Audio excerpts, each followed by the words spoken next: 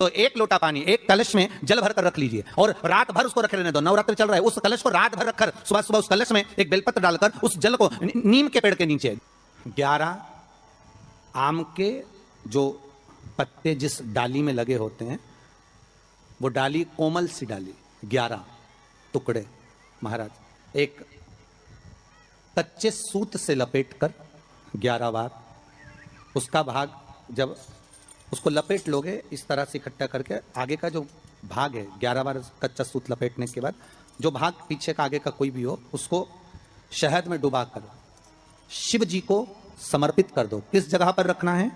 अशोक सुंदरी वाली जगह। अशोक सुंदरी की जगह जानते हो आप लोग, पहले भी आपको बताया है, आज फिर आपको वर्णन कर दें।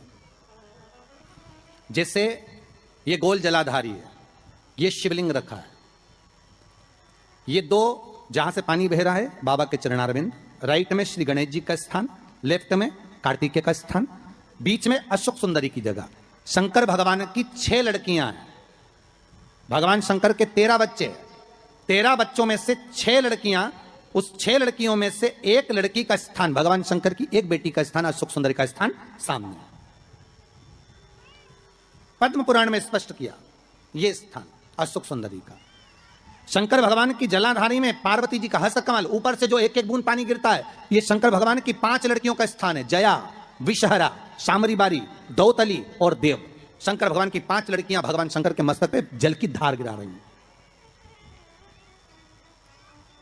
बीच में जो अशोक सुंदरी का स्थान है महाराज, उस जगह पर शहद का मुख, जो शहद आपने भिंगोया है, उस शहद का मुख शंकर जी की ओर कर कर इसी चैत्र के महीने में, इन्हीं नवरात्रि में शंकर भगवान के उस अशोक सुंदरी की जगह पर शहद का भाग शिव जी की ओर रख दें। महाराज अगर घर में संपदा की कमी हो या कोई पैसा खा गया हो, रुपया नहीं दे रहा हो, पैसा अटक गया हो, तो उस शहद को शिव जी की ओर मुख कर कर उस आम के पल्लव की जो डंडी है उसको 11 डंडी को वहां रख दीजिए और उससे अपनी कामना कर कर आ जाइए।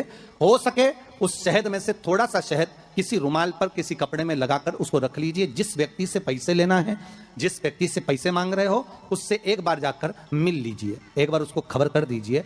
बाबा चाहेगा भोलेनाथ तो नवरात्रि में ही पैसा वापिस आ जाएगा, अगर शिव कृपा कर दे। ये बाबा की करुणा। आम का पल्लव कोई साधारण नहीं जिसको कलश के ऊपर रखा जाता है, शिव की कृपा। जिस आम के पेड़ पर स्वयं कामदेव चढ़कर भगवान शंकर के तीसरे नेत्र द्वारा जलकर भस्म हो जाते हैं, वो आम का पेड़ साधारण नहीं हो सकता, सहज नहीं है। और वैसे भी शिव शिव है महाराज। आम का जो पत्ता होता है, आम का जो पल्लव होता है, उस आम के पत्ते पर हल्दी और सिंदूर, इन दोनों से स्वस्तिक का निर्माण किया जाए। देवी भागवत का संवाद है, बहुत ध्यान देना महाराज। जिन कन्याओं का विवाह ना हो, पंचमी के दिन, नवरात्रे की कोई सी भी पंचमी, मतलब जो पंचमी तिथि पड़ेगी, कोई भी नवरात्र हो, चाहे वो 4 नवरात्र में से, चाहे वो पौष का हो, अश्विन का हो, चैत्र का हो, आषाढ़ का हो, किसी भी नवरात्रि में आप कर सकते हैं। एक पान के पत्ते पर, एक ही पत्ते पर जो 2 स्वस्तिक बनेंगे, एक हल्दी का बनेगा, एक सिंदूर का बनेगा। बस अंतर इतना है, जो हल्दी का स्वस्तिक है उस पर कंकु के चावल अर्थात रौली के चावल, रौली कुंकू के चावल रखना है, और जो सिंदूर का है उस पर हल्दी के चावल रखना है। इतना रखकर जिस लड़का लड़की का विवाह नहीं होता उसकी हथेली पर रखकर उसका नाम और गोत्र बोलकर महाराज उसको ले जाकर नीम के पेड़ के नीचे उसको रख दिया जाता है। मात्र 3.5 या 4 महीने ऐसे रहते हैं जिसके अंदर उस लड़का लड़की का विवाह पक्का हो जाता है। जिसका विवाह नहीं होता केवल उसी के लिए, जिसका मंगल विवाह ना हो रहा, आम के पल्लव में शिव का वर प्रदान है, आम के पल्लव में शंकर का आशीर्वाद, आम के पल्लव में शिव का आशीर्वाद। के दिन लोग देवी जी की स्थापना करते हैं, तो क्या स्थापना में क्या रखते हैं? कलश रखते हैं ना। तो कलश किस लिए रखा जाता है? कलश का क्रम क्या है? अपन ने अभी तक कथाओं में बहुत सुना शिव महापुराण में कि दिए का महत्व क्या है, अपन ने सुना दही का महत्व क्या है, जल का महत्व क्या है। पूरी शिव महापुराण में अपने अलग अलग महत्व को जाना है, पर यह नवरात्रे में जो शिव महापुराण की कथा शुरू हो रही है, नवरात्रे में जो शिव महापुराण की कथा को हम श्रवण करने के लिए बैठे हैं, इसमें हमारा एक संशय और मिटना चाहिए कि भारत की भूमि पर जब मां आद्य शक्ति की स्थापना होती है, मां जगतजननी को जब विराजमान किया जाता है, या चैत्र नवरात्रे में, शरदीय नवरात्रे में, आषाढ़ी नवरात्रे में, आदिकादिक पौष नवरात्रि में हम जगत जननी जगदम्बा की जब स्थापना करते हैं, या हम नूतन घर का प्रवेश करते हैं, या गणेश जी की स्थापना करते हैं, या कोई दुकान को प्रवेश करते हैं, या कोई शुभ कार्य करने के लिए अग्रण्य होते हैं, तो हम कलश की स्थापना क्यों करते? आखिर कलश में ऐसा क्या है? कलश के अंदर आखिर ऐसा क्या विराजमान है कि 33 कोटि देवता उस कलश के अंदर आकर बैठ जाते हैं महाराज?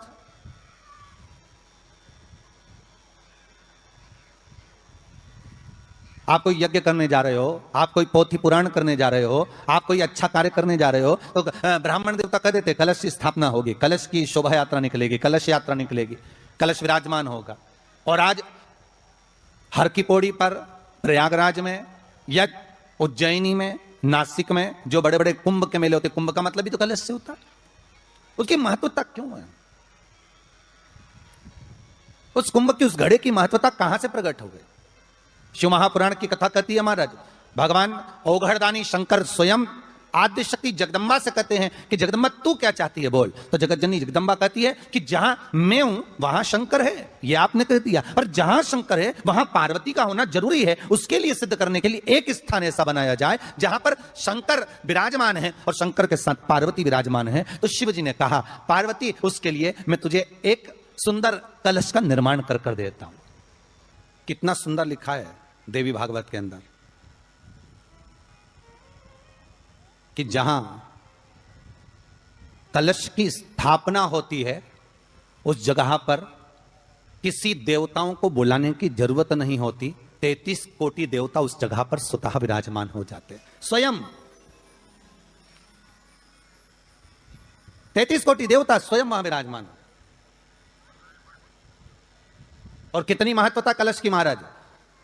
आप लोगों से भी निवेदन है, क्षेत्रीय प्रतिपदा है आज, जिनके घर में ज्यादा रोग हो, बीमारी हो, ज्यादा तकलीफें आ रही हो, कष्ट बढ़ रहा हो, बीमारियां बढ़ रही हो, या भय लग रहा हो, डर लग रहा हो, हृदय चित्त में कहीं ना कहीं आपको भय का भान हो रहा हो, तो एक लोटा पानी, एक कलश में जल भर कर रख लीजिए और रात भर उसको रखे रहने दो। नवरात्र चल रहा है, उस कलश को रात भर रखकर सुबह सुबह उस कलश में एक बेलपत्र डालकर उस जल को नीम के पेड़ के नीचे, जहां चैत्री नवरात्रि में नीम के पेड़ के नीचे सारी विद्याएं, आद्य शक्तियां, सारी देवी उस नीम के पेड़ के नीचे विराजमान रहती हैं। उस कलश में एक बेलपत्र डालकर रात भर रखकर उस जल को पूरे घर में घुमाकर उस नीम के पेड़ के नीचे समर्पित कर दीजिए महाराज। घर में भय लगना बंद हो जाएगा, कोई बड़ी बीमारी आपको घेरेगी नहीं और उस बीमारी से, उस रोग से आप मुक्त रहेंगे। उस बीमारी से, उस रोग से आप मुक्त पाएंगे, वो बीमारी आपको घेर नहीं। कलश का इस संसार सागर से उबरने के लिए हम भगवान की कथा को अपने हृदय में, अपनी चित्तवृत्ति में, अपने मन में उतार लें।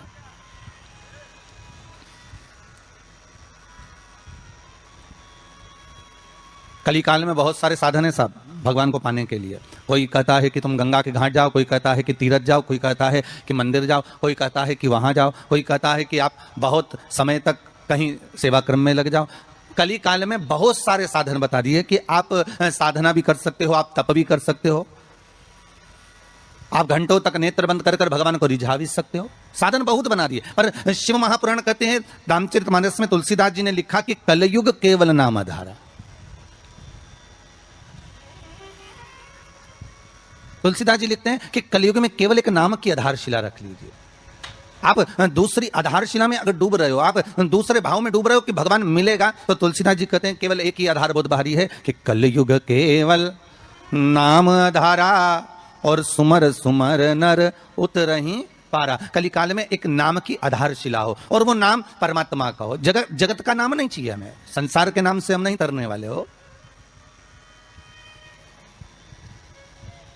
एक भगवान का नाम, एक राम नाम, एक कृष्ण नाम, एक शिव नाम, एक जगत जननी जगदम्बा का नाम, एक आद्य शक्ति का नाम अपने भीतर में हो।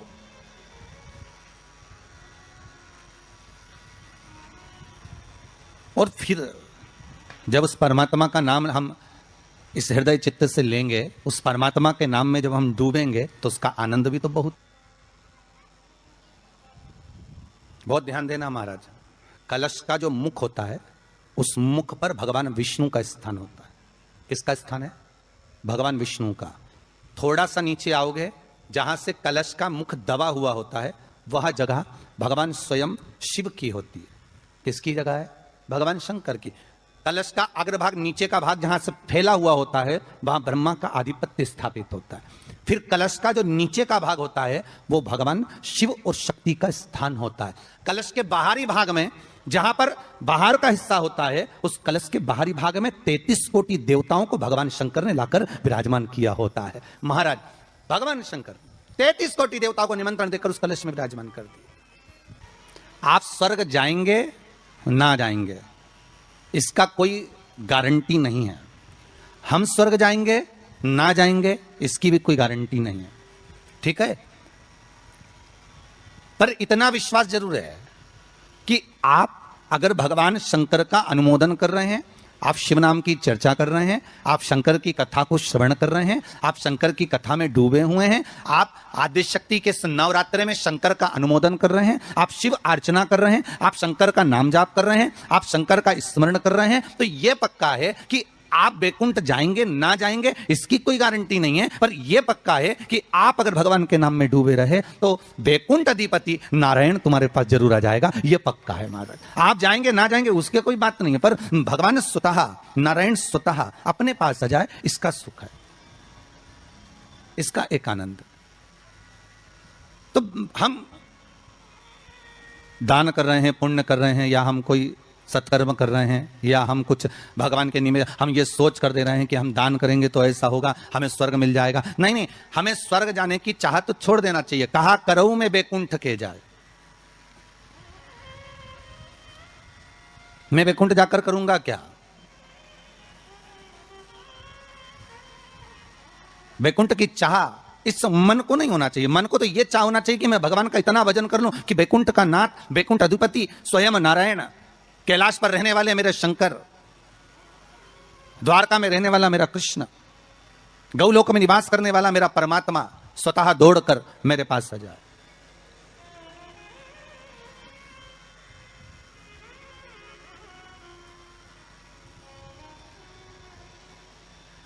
और उस परमात्मा को पाने के लिए महाराज केवल एक नाम का था। तो वैकुंठ आप जाएं या हम जाएं इसका कोई पक्का भरोसा या विश्वास नहीं, कोई ने लिख के भी नहीं दिया तुमको। और जो गए उनसे पूछ भी नहीं सकते कि तुम वैकुंठ में हो कि और कहीं हो। कि किसी ने फोन लगाया था गए हुए व्यक्ति को कि तुम कहाँ वैकुंठ में बैठे हो कि कहाँ हो, तो कोई बताने वाला भी नहीं है कि वैकुंठ गया कि नहीं गया, ये कुछ बोल भी नहीं सकते। पर एक बात और है महाराज, एक बात और अग्नि पुराण में कहा है कि किसी के प्राण छूटने के बाद अगर दुनिया के लोग जब उसको लेकर जा रहे हो, दुनिया के लोग उसको लेकर जाते समय दुनिया के लोग अगर बात कर रहे हो कि हाँ बहुत अच्छा था साहब, भगवत भजन में डूबने वाला था, स्मरण करने वाला था, दान करने वाला था, पुण्य करने वाला था, सत्कर्म करने वाला था, भगवान की भक्ति में डूबने वाला था, अच्छा व्यक्ति था, तो अग्नि पुराण कहती है ये मान लो कि वो जीव ने वैकुंठ का भाग ग्रहण कर लिया, वो वैकुंठ चला गया। और अगर किसी के जाने के बाद लोग करें अरे अरे भैया अच्छा हुआ मर गया, बहुत प्राण खाता था, बहुत तकलीफ देता था, बहुत कष्ट देता था, बहुत परेशान करता था, बहुत दुख देता था, तो समझो कि हाँ भैया वो फिर नरक ही गया होगा, क्योंकि वो दुनिया को भी कष्ट देता है। उसकी चित्तवृत्ति में, उसके मन में ये आ जाता है कि मैं कहीं ना कहीं किसी ना किसी रूप में वैकुंठ जाना चाहता हूं। तो शिव महापुराण की कथा कर रही है, वैकुंठ का भाग तुम्हारे भाव में नहीं आना चाहिए कि हम वैकुंठ जाएंगे और हम वैकुंठ जाने का प्रयास करेंगे। नहीं नहीं, हमें वैकुंठ नहीं जाना, हमें वैकुंठ अधिपति नारायण को यहां बुलवाना है, हमें भगवान विष्णु को अपने हृदय में, अपनी चित्तवृत्ति में, अपने मन में आमंत्रित करना है। और जब भाव होगा महाराज, निर्मल जब भाव होगा तो भगवान को मिलने में फिर देरी नहीं हो सकती महाराज। भगवान का चरित्र कह रहा है कि आपका हृदय जितना निर्मल होगा, आप निर्मल भाव से जितना भगवान की भक्ति को धारण करोगे, निर्मल भाव से आप जितना भगवान का भजन करोगे, निर्मल भाव से आप जितना भगवान को रिझाने का प्रयास करोगे, भगवान उतनी जल्दी प्राप्त हो जाए।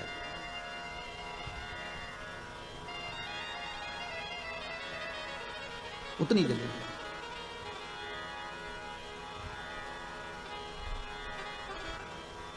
भाव कह रहा है महाराज कि ये जो भगवान ने जिब्या हमको दी है, ये केवल इस कली काल से उबरने का एक साधन दिया। इस कली काल से उबरने का एक साधन, कली काल से निकलने का एक साध्य बनाया है।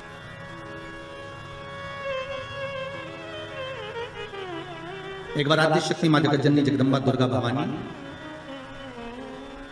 भगवान शंकर के पास जाती हैं और भगवान शिव से मां जगत जननी दुर्गा भवानी ने एक बात कही कि प्रभु सुनिए, मैं जहां जहां पर हूं,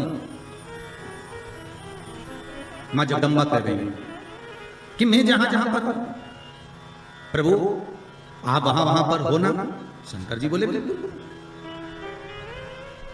जहां शक्ति है वहां शिव है, मैं वहां पर हूं। तो जगत जननी जगदम्बा के मुख से निकल गया प्रभु फिर जहां पर शिव है वहां पर भी शक्ति है, जहां शंकर है वहां स्वयं आद्य शक्ति जगदम्बा पार्वती, मैं वहीं पर हूं जहां आप। शंकर भगवान ने कहा सुन पार्वती, तू जहां पर है वहां पर शंकर है। मैं विश्वास रखकर इस वचन को निश्चित कर देता हूं कि जहां पार्वती है वहां शंकर है।